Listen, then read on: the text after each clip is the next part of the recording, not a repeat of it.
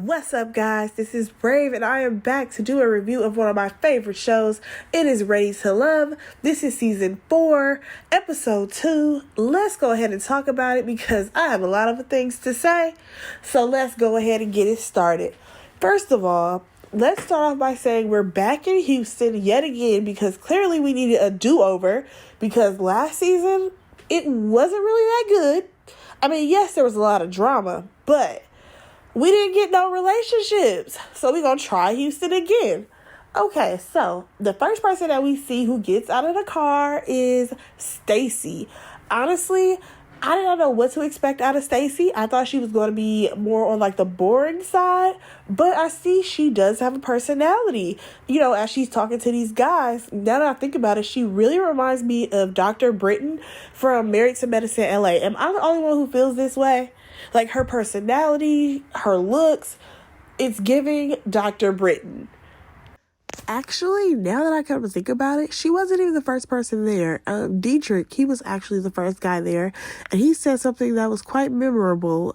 He said that, you know, if anyone says that, you know, they're focusing on personality right now, they're lying, basically, because when you first meet somebody, it's all about physical attraction, and I must say, he's definitely telling the truth, because later on in this episode, there was a lot of things that I could tell was by physical attraction and not by what the guys thought about certain ladies' personality. So let's go ahead and keep going with the show.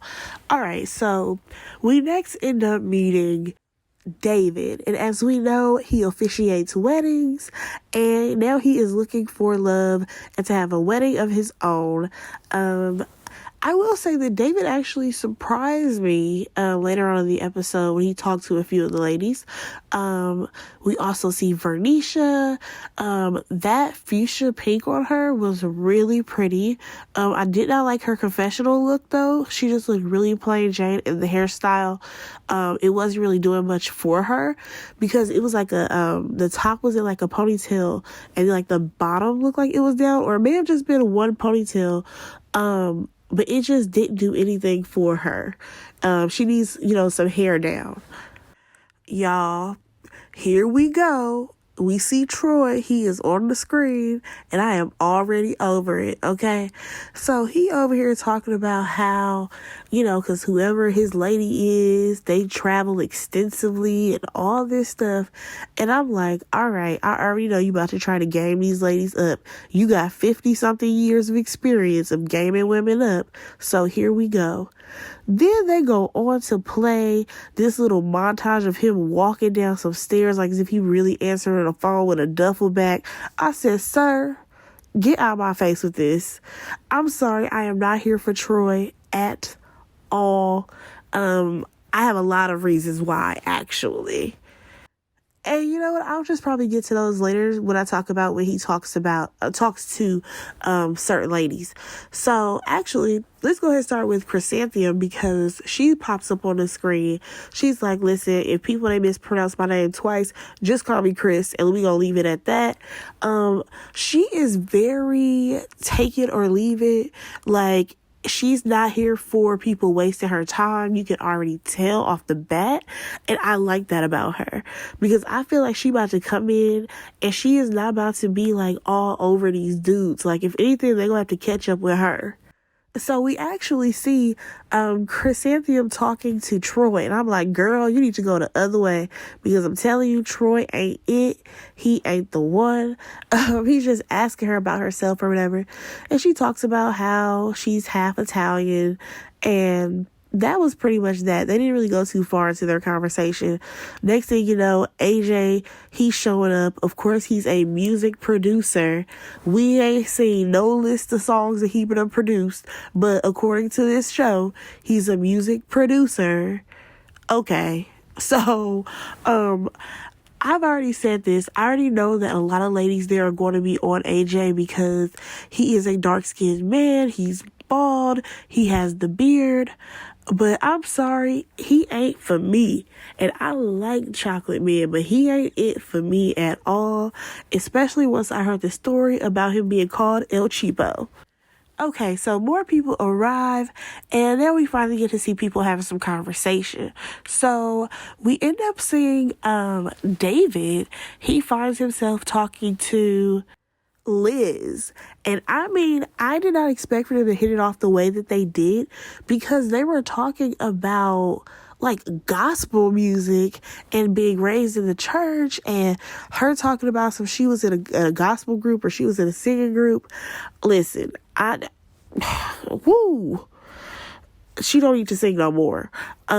Maybe she was just a little rusty. Maybe she needed a little water for the throat, but maybe the vocals were not there. So, like I said, I did not expect for them to hit it off the way that they did, but I did like Liz and David together, because I feel like they may be on, the same wavelength, but we'll see, because I feel like at some point they're going to go on a date. And we'll see what happens with that. But I mean, I did notice that throughout the episode, David seemed to be around her a lot. Like, if you peep the show, he was kind of standing around her a lot. So I think he really liked her. Now, y'all, Khalil showed his ass up, and I don't know what that outfit was. He had on a black blazer. I think it was like a yellow shirt, a blue tie. Like, nothing was working. Nothing was going together. Nothing looked put together. I'm like, what is happening here? Like, did you forget you were coming on TV? What is this? Anyways, he gets there. He starts introducing himself to people. And when he's having a conversation with Tressa, she was not interested. She said he does not have any oomph, any swag, anything about him. And then we see her start to have a conversation with Jason, right? Now, this is where I was like, okay, here we go. So we basically see Tressa and Jason about to have a conversation, because they're like joking around about how she's a comedian, and Jason is like, oh yeah, I'm about to go ahead and take you right now because you can make me laugh. But next thing you know, we get introduced to Kyra, and we never see the conversation between Tressa and Jason. We just see him have a full-on conversation with Kyra once she walks up. And I'm like, okay, please don't say that this show is going to play Tressa to the left because she is a curvier woman. Because honestly, we hardly saw her on this episode besides her being in the background. We did not see her really having any other conversations or interactions with any other guys besides this one. Now, I will say, though, back to Kyra real quick, baby was serving all types of body yaddy yaddy in this green dress. It looked really good on her. Like, actually, I will say that a lot of the ladies, they had, like, their own unique style. Like, I liked her outfit. I liked Stacy's outfit. I really liked Tressa's, the brown color, just because I feel like it really complimented her hair. Chrysanthemum, she looked really good as well. So a lot of the ladies looked good. Oh, and also the color that Vernisha, she was wearing, like I said, it looked really pretty on her. So at this point, Tommy, he brings himself out there to, be like, oh, here's the cast. But if you guys notice, there's only 9 guys here. We're bringing somebody back. We're bringing Chris back. I'm like, okay, cool. Chris is back. He come out here with his, what's that ice cream called? An orange sickle ice cream. That is what his outfit is giving me. That ice cream that's vanilla on the inside and orange on the outside. That's what he's giving. And the ladies were here for Chris making a comeback. So as everyone begins to mingle again, we see Ron, who is another person we have not seen really interact with anybody so far on the episode. But he comes in talking about some, I didn't really expect for KG to come back, because now he's here. He's like a local celebrity or whatever he said. And I'm like, sir, so you're mad because he has the upper hand over you. Relax. Why are you so intimidated? If anything, you should be trying to focus on what relationships you're trying to, start or cook up, and not worry about what Chris got going on. But you can clearly see, like I said, he's intimidated. Now, y'all, here's another one that I'm just giving a side eye to, and that is going to be Alexis, or as she likes to call herself, Fly. So she's literally having a conversation with Jason, right? Come to find out, Jason actually works at her son's school. I think he's like the basketball coach or something like that. She is going on and on about how she finds him attractive and she always thought this, but he was her son's basketball coach. And, sometimes she would come up there and she wasn't looking as fly as she's supposed to because that's what they call her. All this stuff. But, like, my whole thing is, like, his reaction and his responses to me seemed like he was not that interested. Like, yeah, he's flattered that you took notice of him, but he just did not seem like he was really into her like that. Or am I the only one who saw that? Like, I feel like he was just going along with it because baby girl was talking and talking and talking. And then he's like, oh, word? Oh, for real? Ha ha ha ha ha. Just like, I don't know, something about it. I don't feel like he was really feeling her like that. Also, we then get this little video clip of her talking about how, they call her Fly because of her style and all this stuff. And then she shows up on screen with a sequenced out rhinestone, I don't know if that was a jumpsuit or if it was a two-piece. Either way, it was baggy and saggy in the leg and butt area. It wasn't fitted, properly to her body.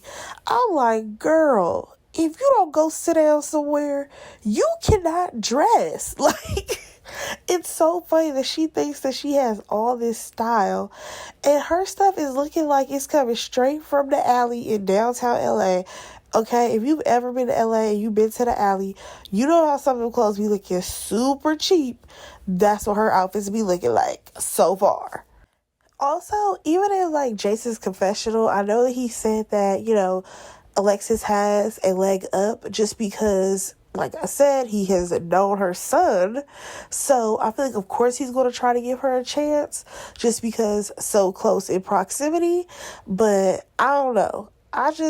Something about it, I don't see it for them. But we'll see how the season unfolds. So at this point, this is where we see a couple of awkward conversations happen.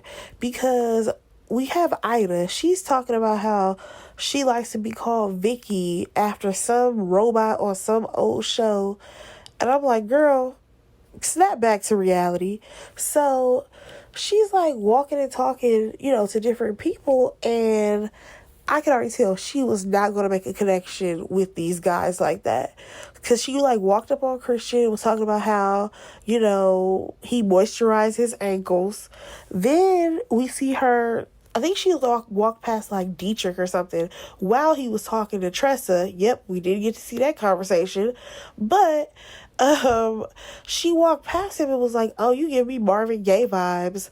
And, like, that was, like, it. Like, she legit just, like, walked by.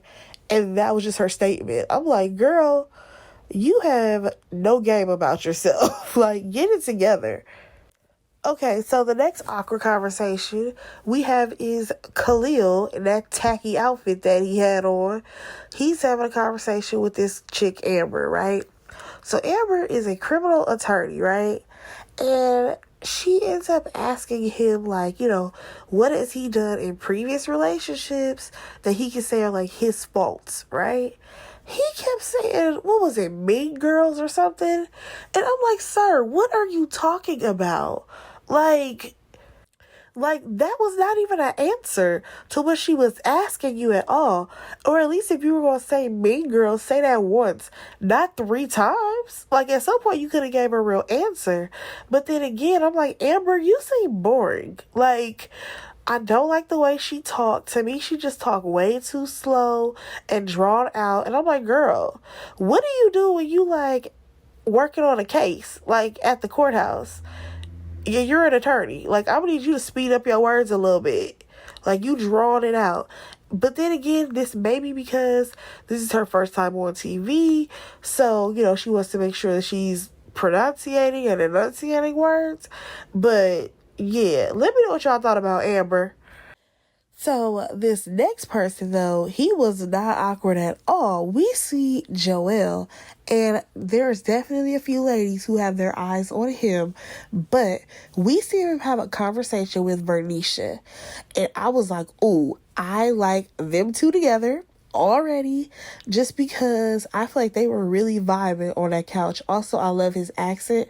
But yeah, they were vibing, talking about how, she has kids, he has kids. He's like, oh, you look good. Talking about you have a daughter who's like 18, 19 years old. Like, I don't know. Like, I just liked the way they were talking to each other. Am I the only one who liked that? I don't know. I just thought it was cute. All right, so now we have this conversation about Christian. Okay, so you have Stacy, Kyra, and Vernisha. They're all sitting there having a conversation about how Christian, he isn't as aggressive as the other guys are.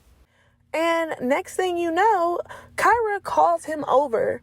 And Stacy, that was her exiting music. She was like, oh, I got to get up out of here because now you kind of stirring the pot. So Christian comes over or whatever. And Kyra just lets him know, like, hey, the ladies feel like you're not being as assertive. That's basically what all the ladies are looking for. But I just feel like that's not in his personality. I think that he's very laid back. He's very chill and go with the flow. I just don't see him being the type of guy to be like as smooth, or not even as smooth. I'm not going to say that. To be as assertive as like AJ or Joel. Like, everybody does not have that as like their strong suit. So yeah, whatever. I thought that they were great she gave him a heads up, but at the same time, it's like, maybe that's just not who he is. You know what I'm saying? So there was one lady who I thought that I was going to like, and I thought I was going to be rooting for her because I'm like, oh, she ain't dated in a long time. She really deserves happiness. But I just feel like her conversation was not where it should have been. And that will be Andrea. Y'all, she's literally sitting there talking to Dietrich about her cat running away or doing whatever the cat did. And it's like, girl, this man don't care nothing about your cat. I need for you to find a better conversation. Ask him about him. Ask him, have a conversation with him other than about your cat. Because, girl, no. But I was on her side later in the episode when she was having that conversation with Ronald, whatever his name is, because the fact that he was just like, oh, I want my woman to be traditional, and oh, you need to, leave your job so that you can be a stay-at-home mom. Boy, what year do you think we in? This ain't the 1950s. Like, women work every day, okay? And they also raise children. And yes, this woman, she is a flight attendant. And yes, that does take a lot of time out of her, her life. But why can't you step up? You know what I'm saying? Really, that's what you going to tell her, that basically, if they were to have, even if it got to the point that they were going to have kids together, that she would definitely have to, like, stay at home and raise them. Boy, get out her face. Also, we see that Tommy, he shows up, and he's just here to ask the ladies, who y'all feeling. So most of the ladies are saying, like, Joel, AJ, Dietrich, Jason, the guys who we've seen on the screen the most. And who they are not feeling is the teacher, a.k.a. that tacky-ass outfit, a.k.a. Khalil. And they're not feeling Christian. And I'm trying to think, is there anybody else that they weren't feeling? And Ron, because he was whack. So they weren't feeling those guys. I mean, if it was up to me, Troy's ass would definitely be on that list of guys I was not feeling. I mean, every woman that he talked to, he was like, we need to go on a trip. We got to go on a trip. We need to travel. Sir, get your old ass somewhere else. Like, I just cannot take him seriously. Oh, and also, during that process of the ladies talking to Tommy, Kyra, she lets Tommy know that she has been on a date with AJ. Not once, but twice. The first date was cool. The second date, that's where things went downhill. So Kyra said that she ended up walking away from the table while they were at dinner. I guess the check it came, and she put her card down. I guess just trying to be nice or whatever. She put her card down. She went to the restroom, came back. The bill was never touched. So at that point, she knew that he was expecting for her to pay. Boom. Okay. She pays for the dinner, right? So he ends up, when she confronts him about it, he ends up telling her, like, oh, you need to stop being so traditional, or you need to change your traditions or something like that.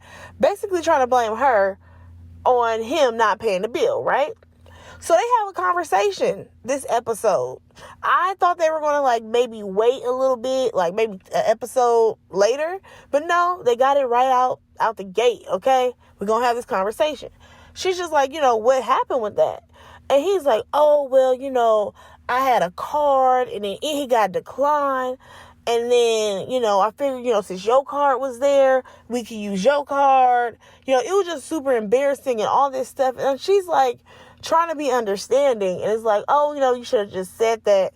But I'm like, hold up, sis. We gonna rewind this shit right on back. How the fuck are we going to give him a pass for that? Because his card got declined. Okay. Your credit card probably got declined. You don't have a debit card. You don't have more than one card. You don't have cash. Sir, I'm going to need you to get it together. Also, the fact that he tried to throw it off on you, though, and blame you, saying that you need to change your traditions, and how I guess there was an expectancy that he was not going to pay for the second date. I'm sorry. There was too much confusion there. AJ seemed like he's full of it, and we're going to see how this turns out this season. So the first guy to go home, though, is actually going to be Khalil. Like I said, none of the ladies were feeling him. I wasn't feeling him in that tacky-ass high school teacher outfit that he had on. Wasn't feeling it at all. So the group continues to mingle. I'm like, at this point, it done turned dark outside. It's getting late. They had to probably give them dinner at that point. I'm like, how long was y'all out there? So as the group is mingling, we happen to see a clip of Alexis and Troy having a conversation, and she was feeling him. I wasn't feeling it at all, because I just feel like he got 50 years of game to game you people. That's all he has, is 50 years of old Mac Daddy games that he about to put on y'all. And y'all gonna think y'all really getting the prize, but baby, I'm telling you, Troy is not the prize. Especially once he was talking about how, oh yeah, because when I give him that little kiss on the cheek, that's my signature move. I said, listen, who says that they have a signature move? And it's a kiss on the cheek. Y'all know that Troy got to go. Y'all know it, and I know it. We know it. Troy got to go. So we also see Ida and Jason talking. And when I tell you he was over it, she just kept going on and on and on. Wouldn't let him get any type of words in at all. I'm like, girl, you ready to go home, aren't you? Because I don't think any of the guys are really feeling you like that. I mean, one thing that I will say that I noticed, though, is that, to me, the same way that he was interacting with Alexis earlier is the same way, practically, he was interacting with Ida. I feel like these ladies be talking, and they go on and on and on, and then he just threw a few giggles in there, a few oh, for real? Oh, that's cool. I just feel like that's what's happening with these conversations with Jason. I feel like he was way more interested when he was joking around with Tressa, when he was talking to Kyra, for sure. Yeah, we'll see what's going on with Jason later on in this season. Ida, girl, I don't think you gonna last too long. We also saw Kyra and Christian have a conversation, and this right here was just her ghosting him in real life, because literally they're having a conversation. It wasn't really, too much happening in the conversation. She talking about how she want to go get some water. He like, oh no, I'll go get it for you. He gets the water. Baby girl dipped out. I said, oh, she just ghosted you in real life. Terrible. Just terrible. So at this point, Tommy goes around to the guys. And he's like, who are the ladies y'all feeling? And who are y'all not feeling? Okay, of course, we already know the guys list, the Stacys and the Vernicias and Kyras and all that. Let's get to the ladies that they ain't feeling. So they're not feeling Ida. I was like, already, girl, it's time for you to go. They ain't feeling you. So Ida's on the list. There's also Tressa. And I feel like I said, dang it, they about to do the full figure girl like this. Really? And the part that really got me was when Dietrich was like, yeah, I do see like a friendship with her, but I'm not there's no like attraction. And I'm like, see, this is the thing about these shows is that we have a full figure lady on here, but if these guys are not receptive to that type of woman, then it's like a waste of having a full figure woman on the show. Y'all know what I'm saying? Like, if we only have guys on the show that are interested in women who are super fit and in shape or whatever they want to call it, a size 6 and below, there's no real room for a woman who is full figured or curvier to really flourish on a show. You know what I'm saying? Unless you have guys who are open to dating someone who society does not find appealing. You guys know what I'm saying? All right, so there's her. I already said Ida. Oh, and they're not feeling Andrea because, Andrea seems like she's had multiple conversations with guys, and her attitude is very take it or leave it. But now that I think about it, her and Chrysanthemum kind of have the same personality. Chrysanthemum just does it in a better way. I don't know, I don't know what to call it, but I feel like somebody in the comments will definitely let me know or see that they have similar personalities. I don't know if it's the flight attendant, job that has them like this, but they kind of have this take it or leave it. I can kind of do it out personalities. Y'all know what I'm saying? All right, so it's finally the end of the night, and, Tommy gathers the group all over again, and they're expecting for a lady to go home. Ha ha. Plot twist. Here we go. It's not just the fact that Chris came back this season. There's actually going to be another guy going home, and I already knew who it was going to be, and it was Christian. The ladies were not feeling the fact that he was not assertive enough for them, and baby boy had to go home. Maybe, there's someone back home for him that's not on this show. But that pretty much wrapped up this second episode of Ready to Love. I'm so ready to get into the juiciness that this season is going to bring because I know there's going to be some juicy parts. Let me know what you guys thought about it. What guys would you send home? What ladies would you send home? Is there anyone that you guys think will, actually make it to the end? Could see if they had any sparks flying. Let me know what you guys thought about the episode. Go ahead and like, comment, and subscribe to my channel. And I will talk to you guys in the next one. Bye, guys.